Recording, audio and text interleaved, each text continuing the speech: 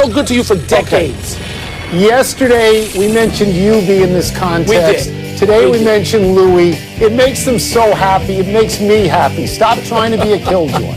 Welcome to PTI, boys and girls. In today's episode, Naomi Osaka beats Serena Williams. The Padres pay up for Fernando Tatis Jr.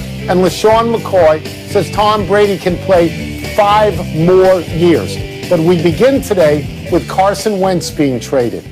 Sadly for this show, Wentz was not traded to the Bears, but to Indianapolis, where he will be reunited with Frank Reich, who was his coordinator in Philadelphia when Wentz was at his best. The Eagles will get a 3rd-round pick this year and a 2nd, which could become a 1st next year. Wilbon, what do you expect from Wentz in Indy? I have no idea. I think it's the best place for him to go. I think it's the best place for Carson Wentz to wind up, being coached again by Frank Reich, who did him right, when they were together in Philadelphia. But, Tony, I am one of those people who sides much more with Louis Riddick, who thinks that this kid Wentz is a mental reclamation project. I am not of the opinion of Dan Orlovsky, who knows a ton about quarterback because he played it in the NFL for a long time. I understand what he sees when he says this guy's one of the top 6 or 7 players in the league potentially, and an MVP candidate potentially. MVP of what? The Canadian League, if he gets traded, if he's the most overrated quarterback in the NFL in the last 3 or 4 years. So if he can go and find that sweet spot that he had when he was rolling quite a bit before he'd get injured all the time with Frank Reich, this will work for Indy. It'll work for Philly. I understand completely why Indy did it. And from Schefty's reporting, the Bears were never even interested. Did I hear that correctly today? So one team apparently really wanted Carson Wentz. They got him. Yeah. Reich knows what he's doing. It may well work for Indy. Number one, you watch too much television. Too much television. I want to hear Orlovsky. I want to hear Louis Riddick. I love listening to those guys. Too much television. Okay. Yeah, the assessment is completely correct. They were a playoff team last year with Phillip Rivers. If Wentz gets there and he can be reclaimed, they are a playoff team with Carson Wentz. Because of Frank Reich, when Frank Reich had him, he was 11-2 as a starter one year with 33 touchdown passes and 7 interceptions, and that was great. He never had that again. And he apparently became a mental case in Philadelphia. So if we can eradicate the mental case problem, then there's reason to believe they could be good. I think that this could be for him what Tennessee was for Ryan Tannehill. You go to a new spot, you get a new coach, and you become real good. Because like I said, they got to the playoffs with Phillip Rivers, who couldn't throw it 20 yards down the field. And they got stuff. Mike, they were top 10 offense, the players top 10 defense. Yes. They got the running back, Jonathan Taylor. Carson Wentz should drop to his knees today for this deal. Tony, everything is in place to help him. But if he's a mental reclamation project, and I do, Tony, you and I have been around a lot of teams and a lot of locker rooms in our lives. When it goes for a young guy, what goes usually first? Something physical or the mental, psychological, emotional aspect of the game? Yes, so that's why I think that it will feel like a birthday present to go back to Frank Reich. I want to do one thing for perspective. Here's what the Eagles got. They got a 3rd and maybe a 1st, no other players. When Deshaun Watson's name is out there, you hear 3 1s and a player. So there's a difference in level here. There's a big difference in level. We move now to Serena Williams losing in straight sets to Naomi Osaka in the semifinals of the Australian Open, which Wilbon watched every minute of. Yes, I did. As she left the court, Serena placed her hand over her heart, which many are taking as a sign she will never be back. Indeed, when asked about this in her post-match press conference, Serena said she wouldn't tell anyone if she had decided to retire. And after the next question, she left the room in tears. Wilbon, what do you make of all of this? I watched it all. This is the most compelling thing of the day, with apologies to Carson overrated Wentz. Serena Williams, who is a GOAT, okay? All right, not Carson Wentz. Serena Williams, she got beat. I mean, Naomi Osaka, as I said for 3 days in a row, is in that space, Tony, where she's beating everybody. She's losing nothing. And if she's healthy, she right now is the top of women's tennis. But when Serena stopped walking off the court, she waved like she always does, the signature wave and twirl. But she put her hand over her heart. She stopped and looked around. I teared up because you know how much she loves playing in Melbourne. She talks about that all the time. She got beat. And it's okay. Serena's place in history is secure if she never wins another point, not only a slam. And so when she did that and then left in tears, I was emotional because I thought, oh my God, we're saying goodbye to Serena Williams, who has been, let's face it, in our lives for 20 plus years. So Tony, I was into this totally. Osaka bowed to her. She nodded literally because this is one of her idols. An emotional evening of sport and ceremony and theater. Yeah. Number one, look who's reading the tea leaves now, Michael Ray Wilbon, before I even get to it. And number two, we can argue GOAT because I would take Martina Navratilova, but it's real close. It's real close. Serena is that great. Now, we both thought Osaka was going to win. And Osaka won decisively because at this moment, she is a much better player than Serena Williams. Serena Williams is a very good player now, but she's not the great player that we came to know over a long period of time. If you're going to win a major, you've got to win, I think, 7 matches, and 2 or 3 of them against really good players. And Serena has lately followed this pattern. She wins a few matches, she looks awfully good, she gets into something before the finals, and she doesn't win that. That's 4 majors in a row where this has happened. Now, do I think she's going to quit now? No, I don't. I think she's going to go the entire routine this year, the French, Wimbledon, I agree. and the U.S. Open to see if she can tie Margaret Court and beat Margaret Court. I don't think she can, but I think she's definitely going to give herself the whole year. What I don't think she's ever going to do is go out like her sister, first round, first round, first round. I don't think she'll do that. Right? Tony, I agree with you about finishing the year. I don't mean not play anywhere again, but probably not play in Melbourne again. I mean, you got to go around the calendar year. Right. But Tony, it got to 4-4. It was 4-4. Serena broke Osaka, who had like 3 double faults in the game, but she broke it. She got to 4-4. And I know a lot of people in my house are thinking, okay, it's on. You pronounced Osaka, you declared her, you crowned her, and now Serena's rolling. And I just gave the side eye to people in my house who watch a lot of tennis. And I said, oh, no. No, Osaka is going to finish this off. And she did. Tony, I wish I started to wake you up. I didn't have the guts to wake your butt up in the middle of the night to watch that match.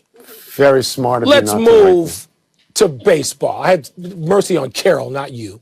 And the massive deal between the San Diego Padres and Fernando Tatis Jr., the Padres will sign the 22-year-old shortstop, 22, to a 14-year, $340 million contract extension with a no-trade clause. It's the 3rd largest deal in Major League history, and the Padres didn't even have to do this since Tatis is 4 years away from free agency and isn't even eligible for arbitration until after next season. So, Tom, is this a better deal for Tatis or for the Padres? Well, it's $340 million. That's an awful lot of money. Let's establish that. Nobody's turning down $340 million. Now, if he is the greatest player in the world, as they think he is, if he is that and that proves out, then it's a great deal for the San Diego Padres. But, there's always a but. He's played 1.5 years. That's all. Last year was a half a year. He's only played 140 games. 143 big league games. Now, there's a long road between 22 and 36. There's a long road from 22 to 26. He played 143 games. What if he gets hit in the head like Tony Canigliaro? What if he tears an Achilles running from second to third? We don't know how good he's going to be for all that period of time. What if this is the best there is? If that's the case, it is a great deal for Fernando Tatis. I hope it works out for both of them. But usually when you get a deal like this, you played 3 or 4 or 5 years. Mike Trout got the greatest deal ever. He had played 1,065 games, Mike. This kid's played 143. Yeah. Tony, a couple things come to mind.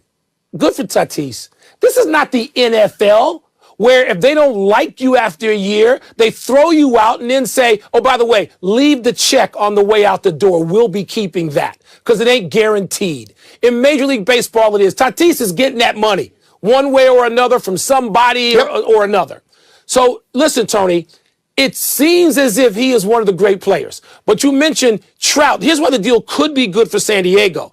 Because they're getting him from now to 35 and a half, I guess, if Tatis, fulfills all this contract for them. That's better than Trout and some other players who've gotten big deals and they're going to go out at 40. I mean, that 5 years between 35 and 40, unless it's Tom Brady, I mean, this is a good deal for the team as well. But look, the Padres are all in, man. They got two dudes they're paying $300 million or more, and they're supposed to be a small market team. I mean, the Padres are going after the Dodgers. God bless them. That's right. I hope those teams mix it up. I love this. But wow, that's a huge contract, and Tatis has all the charisma to go with the skill, and he's a guy I want to see. Right now, I want to see Tatis.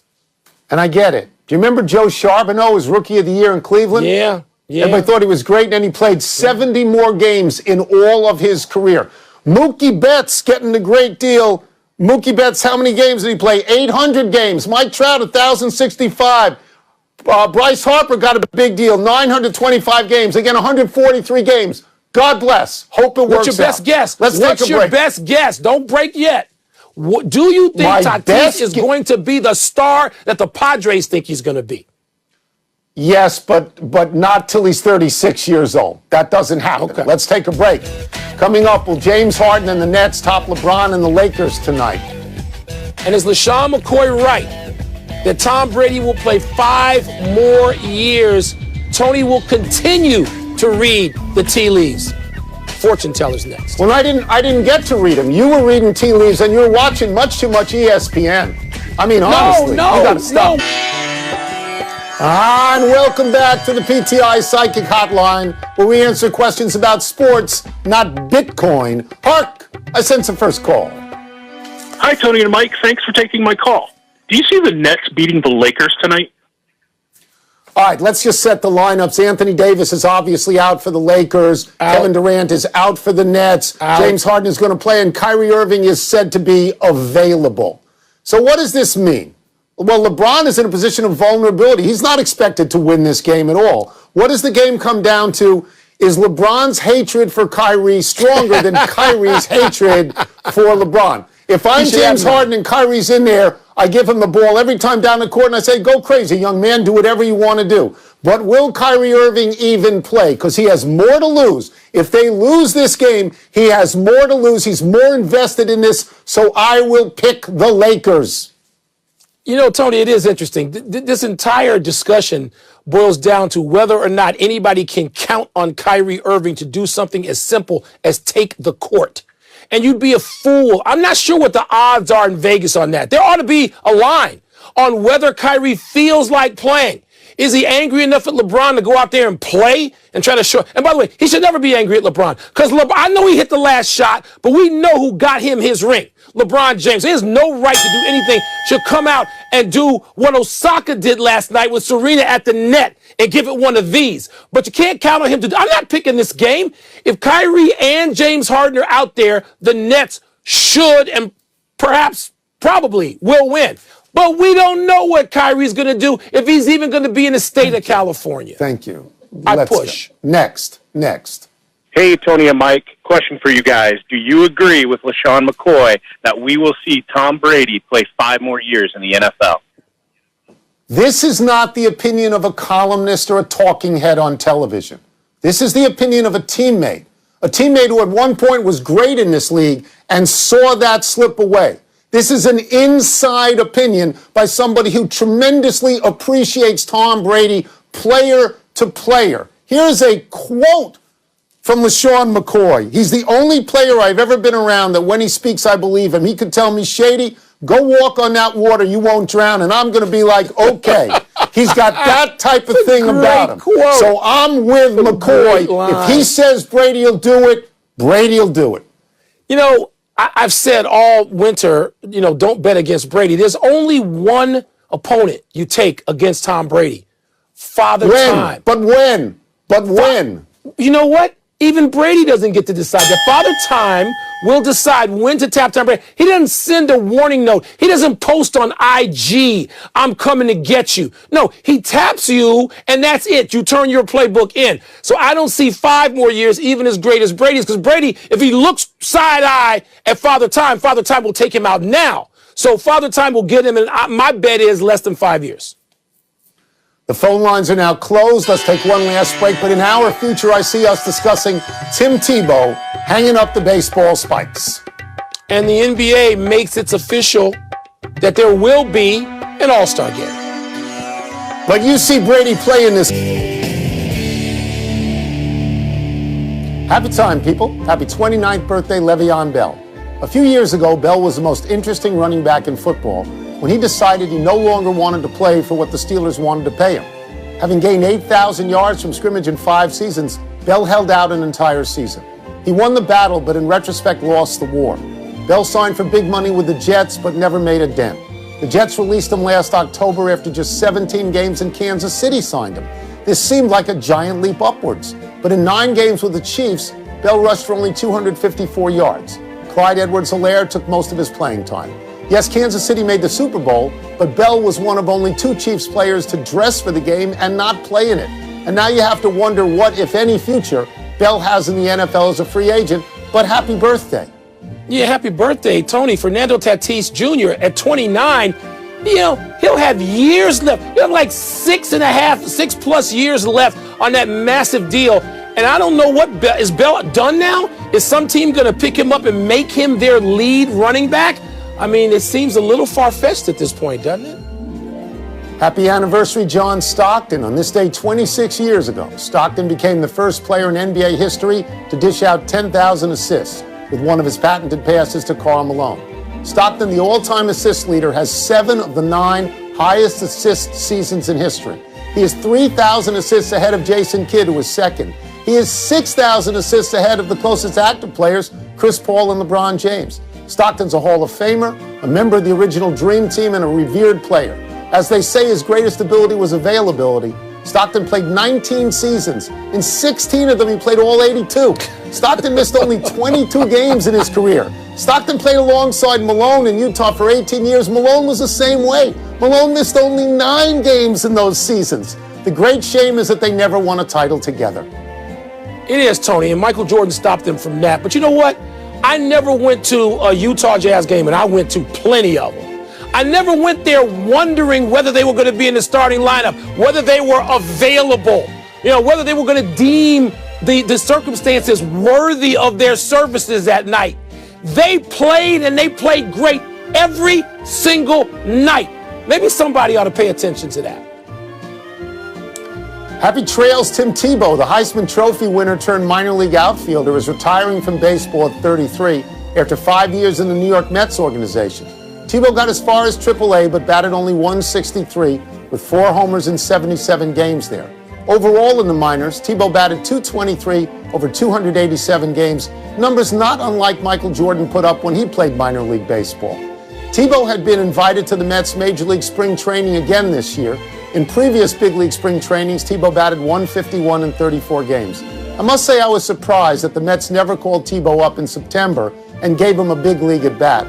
On a personal note, I was thrilled that Tebow played for the Binghamton Rumble Ponies. Shout out Lupo's Speedy Sauce. Tony, it doesn't bother me that he's not going to go on and on and on in baseball. What I thought was that Tim Tebow deserved a better shot, a better legitimate shot at playing quarterback in the NFL. Let's go to the big finish, if we can get it up on prompter. The NBA officially announced the All-Star Game is on from March 7th. Is that okay with you? I guess, Tony, is like the players don't want to be there, but they will be there, but they voiced opposition. I'm not sure how I feel about it, like them. The Toronto Blue Jays will play their home games at their spring training site in Dunedin, Florida, until at least May 2nd. Does that make sense? It's Canada's virus protocols. The Raptors are in Tampa. Yeah, it makes sense. The Jazz won their 9th straight, and Steph Curry played 42 in a win over the Heat. Bigger deal? Look, the Clipper stars didn't play Utah Rolls, but Steph Curry, my God, he couldn't hit a shot for 3 quarters. In the 4th and the 5th, he was Steph Curry. It was so dramatic. It was great. Richard Sherman told the Sacramento Bee the Niners have made it pretty clear he won't be back with them. Your thoughts? He'll be with the Raiders. Last one, St. Mary's at #1 Gonzaga tonight. Are you smelling upset? The upset is that I'm going to try to watch an entire college basketball game tonight, Tony. I know it's too late for you. I'm going to give it a shot and know Gonzaga this year stays undefeated. You watch too much TV. Out of time. Try and do better than